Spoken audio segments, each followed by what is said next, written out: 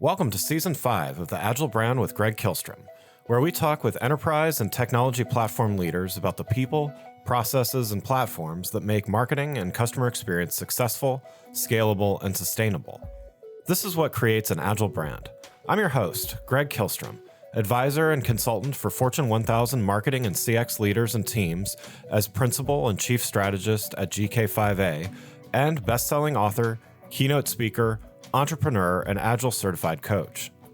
The Agile Brand podcast is brought to you by TEKsystems, an industry leader in full-stack technology services, talent services, and real-world application. For more information, go to teksystems.com.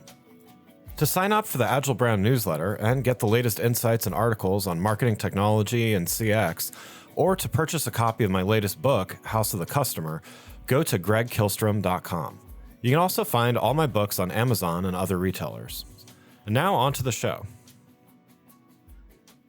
Business to business, or B2B marketing, presents a unique set of challenges and has often been treated as a completely different marketing practice from business to consumer or B2C marketing.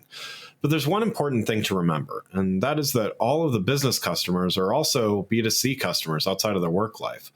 Today, we're going to talk about B2C expectations in a B2B world and how consumer expectations can be managed and even exceeded in a B2B environment. To help me discuss this topic, I'd like to welcome Chris Costello, Executive Vice President, Worldwide Strategic Accounts at Amazon Business. Chris, welcome to the show. Thanks, Greg. Yeah, looking forward to talking about this with you. So why don't we get started by you giving a little background on yourself as well as your role at Amazon Business? Sure. I've been in the B2B tech space my entire career. I've held roles in sales, marketing, product, tech.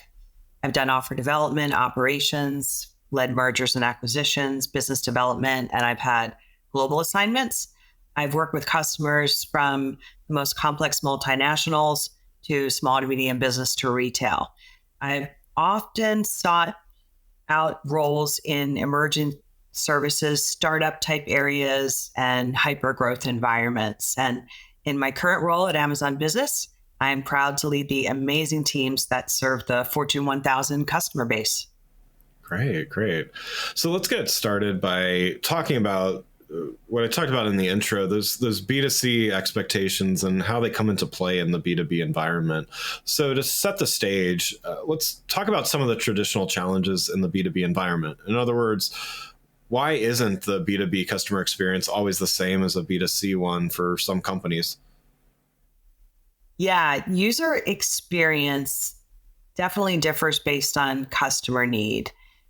And I'll use the Fortune 1000 customer base that I serve in B2B. And this customer set typically are looking for capabilities like integration with their existing procurement systems where they've already made investments, integration with their single sign-on security software. These customers have a need for detailed analytics to identify their spend patterns. They have a need to track their spend against their diversity and sustainability goals. And many times these customers are also looking for higher volumes in terms of the amount of things that they order and or how they want to receive it. They want things delivered perhaps on a loading dock, right? And or to thousands of remote work locations. And so it's a more complex set of logistics than the box that is delivered to your front door as a consumer. Another difference in customers that I work with is many of them have a requirement to negotiate contracts and or submit requirements through a formal RFP process. So very, very different than B2C in that sense. Yeah, definitely. Yeah, in some cases it's just the same thing, but to a larger degree, and in some cases, completely different challenges like the RFP thing. Do you think that B2B customer expectations are changing to be more based on expectations in their non-work lives, or has this always been the case? I have observed B2B customers having a higher bar for simplicity and speed, especially over the last couple of years with COVID, with supply chain constraints, and with working from anywhere. And our experiences in our personal lives with innovation advancements have made our lives easier, right? And I think about, I buy things from a mobile app. I get, my delivery in a couple of days from many of my consumer experiences. I love the prepaid shipping return labels. Mhm. That is, something that is valuable to me. The fact that people are getting their groceries and dry cleaning delivered to their homes, the ability to print stamps online, pay bills and access their statements online, the fact that you can view your home from your security camera from your mobile device while you're on vacation. So I speak with many customers in business who desire this, but they have this challenge of having, many, many complex needs and suppliers where they're looking to help them with consolidation. They're looking for access to a wide selection of products across categories, and they want visibility of their spend. They want compliance. They want cost savings. So they have these unique and pretty complex needs, but they're looking for the really frictionless way to transform the user experience. And I've heard many customers specifically say in the B2B space that I work in, the customers that I serve, that they want an Amazon-like experience in business.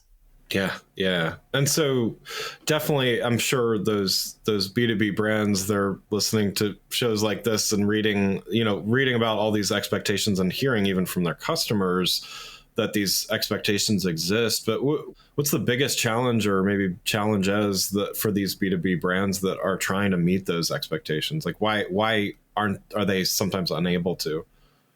Yeah, I'll share a use case of a customer that I'm working with now. And this is a B2B customer, and they're looking to scale and simplify the procurement needs of their employees. And they have 300,000 employees all over the world. And each end user has their own preferences, their own unique requirements. And in working with this customer, we're together finding that the key is the balance of creating this user experience that's empowering and flexible to the end user, but also to the decision makers and the leaders and the administrators of the overall project. They have a set of requirements for control, and they also need to hit their cost savings goals. But what we're working on is an experience so that all of the end users of that 300,000 employee base across the world, it appears as if we just made their lives easier with this excellent and frictionless user experiences and all kinds of choices. And what my team spends time on is working with customers to make their end user experience frictionless. And part of that is seamlessly integrating with the day-to-day tools that these employees are using and the processes that they're used to interacting with on a day-to-day basis, so that they don't have to learn something new or slow down productivity. And what we're finding is that we're able to meet the control goals, the governance goals, the cost savings goals, and at the same time creating this frictionless user experience. And long are the days where, I'm using procurement as an example here, but long gone are the days where procurement wants to come down with the hammer and make things hard for employees to do business, because it just slows down results and ultimately affects the top and bottom line numbers. Before we continue, let's take a quick break. If you're like many marketing leaders today, you're inundated with a need to improve the customer experience across an increasing number of channels and touch points, all while ensuring your team is performing well, innovating, and continuously improving. So how do you find the time to determine what's next for you, your team, your brand, and your customers? My company, GK5A, can help. Whether it is advisory services, evaluation of marketing technology platforms and solutions, or digital agencies and implementation partners, or assistance with creating strategic roadmaps and prioritization of efforts, we've done it all and served as an ally to Fortune 1000 brands in industries like financial services, healthcare, consumer electronics, professional services, and more. You can learn more about these services and contact us at www.gk5a. That's www.gk5a.com. Now let's get back to the show. And so you kind of touched on this, but I wonder, speaking on the flip side of the challenges, what do you think is the biggest opportunity for a brand to pull ahead of its competition? I mean, I'm sure lots of B2B brands thinking about this, some taking different sets of steps to do that. But what's one of the biggest opportunities for a brand to pull ahead when it comes to meeting these expectations? My advice is to work backwards from customer needs and to be hyper focused on the 360 customer lifecycle, where you're making it almost irresponsible not to do business with your company. And create a solution that's going to transform the user experience. Find a way to accelerate your cycle time and your SLAs. Of course, not sacrificing any quality to do so, but to get the product or the service into the hands of your customer fast. And look at things like, well, how can people search for information on my business? Is your website intuitive? Do you offer chat 24/7? Do you offer free returns if you're in a physical goods business? Can customers interact with you seamlessly, whether it be physical or virtual? I recently had this telemedicine experience, and I think it's transformed the lives of many people to be able to pop onto a Zoom call, speak with a doctor, get a diagnosis, and then get a script delivered to your home. And flipping back to business, let's say you're interacting with customers who issue requests for proposals, RFPs. Do you have an automated intake process for that? And or are you integrated with some kind of reverse auction software platform that customers can interact with? Those are some examples. Yeah, definitely. So Amazon is known for its commitment to customer service and the customer experience. And so many of us Prime members, myself included, know it for how it transformed customer expectations and really that experience of e-commerce. It really changed the game there. So there may be some out there less familiar with Amazon Business, though. So there are certainly differences between B2B and B2C, as we discussed. But what are some of the benefits for Amazon to have both of these parts of the business and keeping them distinct as well? Yeah. At Amazon Business, the early part of our journey was building on and expanding on our B2C learnings, where we began initially in serving the SMB space, the small and medium business customer. As if you think about it, the user experience may not be too far off from how a consumer buys. And from there, we took those learnings, and over time, we pivoted and we now scale to serve the most complex large enterprises, government customers. And today we're serving 6 million customers of all sizes and industries. And taking that journey and those learnings allowed us to provide customers that familiar user experience in the consumer space, but then apply it in a little bit of a different way to serve business customers and scale over time. Yeah. And so could you elaborate a little bit on that maybe and, talk about how Amazon Business is able to leverage and learn from the consumer side? Like what are some examples of that? Sure. So similar to offering vast selection, so many different types of, products that you can choose from, competitive pricing, and then of course the fast free shipping that we're known for our Prime members. We carry a lot of those learnings onto the business side. And we also offer a similar user interface and a mobile application. And think about it, much of our selection in our consumer business is also in demand for business customers. So like school districts that we serve, they need books too. Corporate customers that we do business with, they need keyboards and monitors just like consumers do, but often in larger quantities. So while B2B customers have specific needs beyond just selection, it gets, a little bit more complex in that they need additional reporting, additional billing, et cetera. But another example that's similar in the B2B and B2C space is we have customers that are looking to meet goals around diversity and sustainability spend. And similar to how we surface climate pledge friendly products in our consumer business, we offer those types of capabilities and more on the business side as well.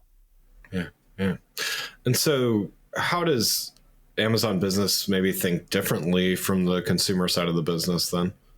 Yeah. So as we were talking about before, I cover the most complex multinational accounts, and, one has to think of scale, right? Required to serve this type of customer. And one thing that I would use as needing to think differently is the customer service associates that support our Amazon Business customers typically are going to handle more complex challenges like invoice reconciliation of a multinational corporation with many locations around the world. Yeah. Inventory is another example I would cite where, customers may buy things in thousands versus in individual packages. On the business side, we offer professional services, and we also offer API integration with customers' procurement systems. And finally, we tailor our solutions to the needs of certain verticals. We found that, working with different industries such as healthcare, financial services, retail, and government industries all have a very unique set of requirements. Yeah, yeah.